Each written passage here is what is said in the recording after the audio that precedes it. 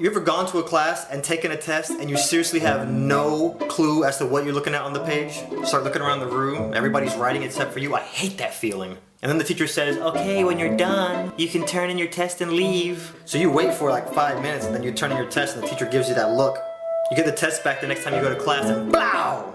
Big ol' fat F. Then you say, bump this, I'm studying. But if you're like me, you suffer from chronic procrastination and you wait till the night before to even open your book to study. And then you study like a boss, like you cram sesh in effects. You got that book open and you're studying for hours. You quiz yourself, you cover up the answer, and you read yourself the question. You start hyping yourself up like, what? I'm gonna kill this test. Take the test and blow, big ol' fat F. So I start doing what some of you guys have probably done at some point.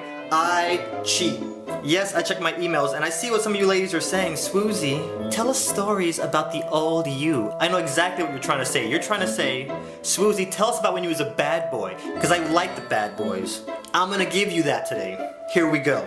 I cheat. But I did it wrong at first. I did what I call now freestyle cheating, where you just kind of turn your head and you peek off of the person next to you's paper. But see, I learned you can't do it like that because there's too many random variables where people write their answers all tiny and small and you can't even read it. It used to frustrate the crap out of me. Like, how am I supposed to cheat off of you if your answer looks like Braille? People used to either write too tiny or they just wrote too sloppy. Because the sloppier your writing is, the longer I have to stare at your paper to figure out whatever your chicken scratch means. And it makes it pretty obvious that I'm trying to cheat. It would make me so mad. I would just want to take my pencil and throw it at them and then run over and rip up their test. How am I supposed to cheat off you when your handwriting looks like the alien hieroglyphics from Lost? Look, right there, you even drew a bird and the numbers from the hatch.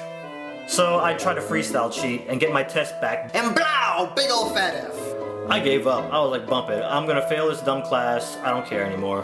But the next test that we had, I started noticing some sketchiness going on in the class. Questionable sounds, like people coughing and sniffling. How come Cheyenne always develops these flu symptoms every time there's a test? And then I saw it. She coughed, and then like 8 people around her all of a sudden would write down an answer. And then she'd sniffle, and the same 8 would write another answer. And I'm like, what the flux capacitor is going on here? This is a multiple choice test.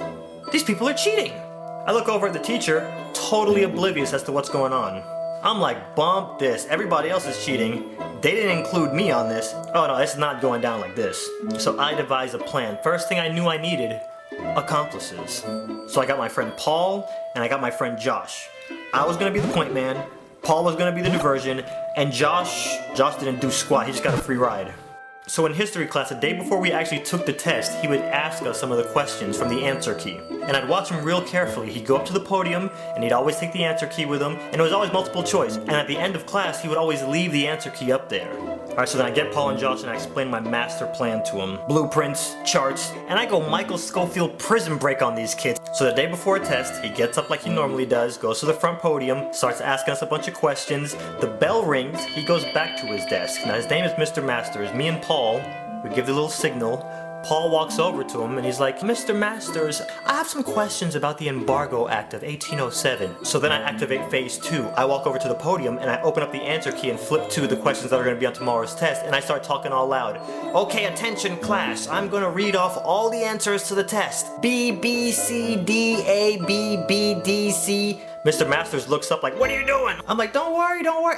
Nobody's gonna hear me. Who's gonna sit here and memorize all these answers anyway? A, B, B, C, C, C, C. There's nobody here. So then he just shake his head and go back to answering Paul's question. Unbeknownst to the teacher, I've got a tape recorder tucked away in my pocket recording all the answers. Boom! It's not cheating. It's giving yourself a successful advantage. Like a boss. Me, Paul, and Josh meet out on the patio. It's time to memorize this bad boy. Take a wild guess what we do next.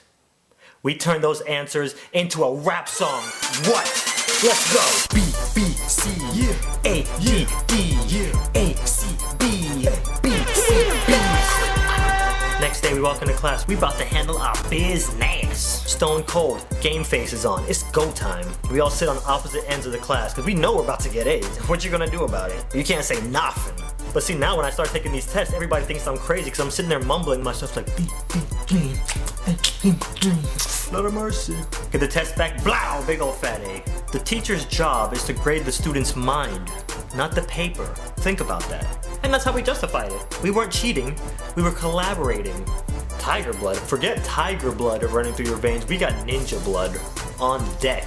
There's one more collaboration that went down, but if you guys promise not to do any collaborating / cheating in the meantime, I'll tell you guys that story in an upcoming video.